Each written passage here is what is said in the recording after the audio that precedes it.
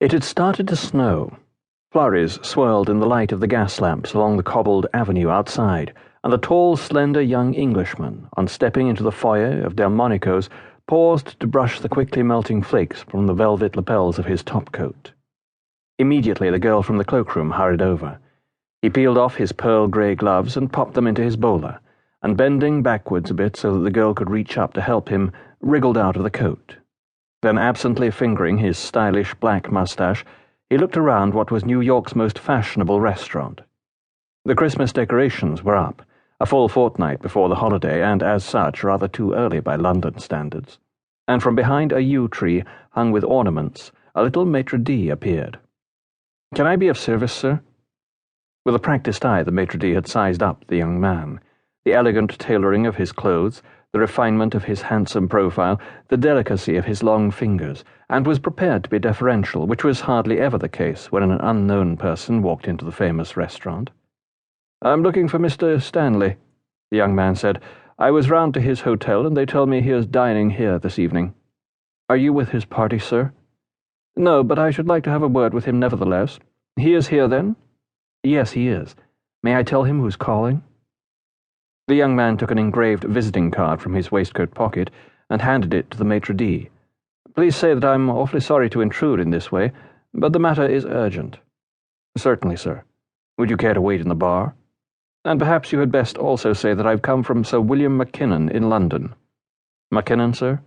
"Yes, Sir William Mackinnon, of the British India Steamship Company. Shall I write it down?" "That won't be necessary. If you will, sir, the bar is just over there, behind those curtains." The maitre d' hurried off on his errand, refraining with splendid tact from looking at the young man's visiting card, at least until he had carried it off far enough into the dining room to believe that he wouldn't be seen doing so. Then he glanced at it. It was inscribed simply, A.J. Mountney Jeffson, and although the name meant nothing to him, it had a smart enough ring to allow the maitre d' to feel confirmed in his evaluation of the English youth. A.J. Mountney Jeffson, indeed. Very likely the son of an aristocrat, perhaps heir to a minor title. Jeffson smiled. He had observed the maitre d's surreptitious check of his credentials because he had not retired to wait in the bar as had been suggested. On the contrary, he had followed the maitre d' a step or two into the dining room to see where he would go, whom he would approach. For the young man, despite his elegantly cool outward manner, was in fact boyishly excited by the prospect of meeting the fabled Henry Morton Stanley. And then he saw him. He was caught unawares. He hadn't expected the maitre d' to reach his destination quite so quickly. He had rather imagined that Mr. Stanley and his party would be dining in one of the private rooms, discreetly out of sight.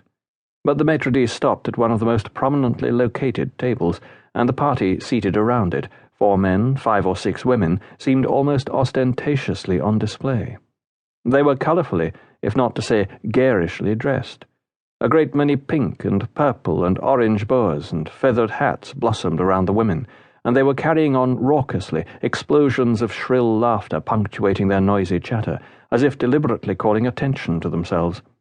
It was not at all what the young aristocrat had anticipated, and his heart sank with disappointment as he watched the maitre d' bend over the man at the head of the table, whose back was to Jeffson, and deliver his card. But then the man turned. His face was square, perfectly square, as if hewn from a block of granite, square across the forehead beneath close-cropped iron-grey hair, square in the jaw, which seemed tensed by some private fury, and roughened over all very much like a rock by the pits and cuts of smallpox and other scars. Under the broad, often broken nose was a moustache as unstylishly short-clipped as the hair, but greyer in colour, barely concealing the hard, thin line of the mouth. The cheekbones were unusually high, and the eyes, deeply set in their shadow, were narrow and slanted, almost oriental, and of a strange colour, flickering in the flare of the restaurant's gas lamps somewhere between grey and green. These eyes stared at Jeffson piercingly, trying to make him out, fix him among the other figures lounging in the foyer, as a hunter might stare at his prey or a killer at his enemy. He stood up. Surprisingly, he was only of medium height. Jeffson had thought he would tower over the little maitre d', yet he was the taller by barely half a head. But he was as square in his body as in his face, and as rock-hard, the muscles of his arms and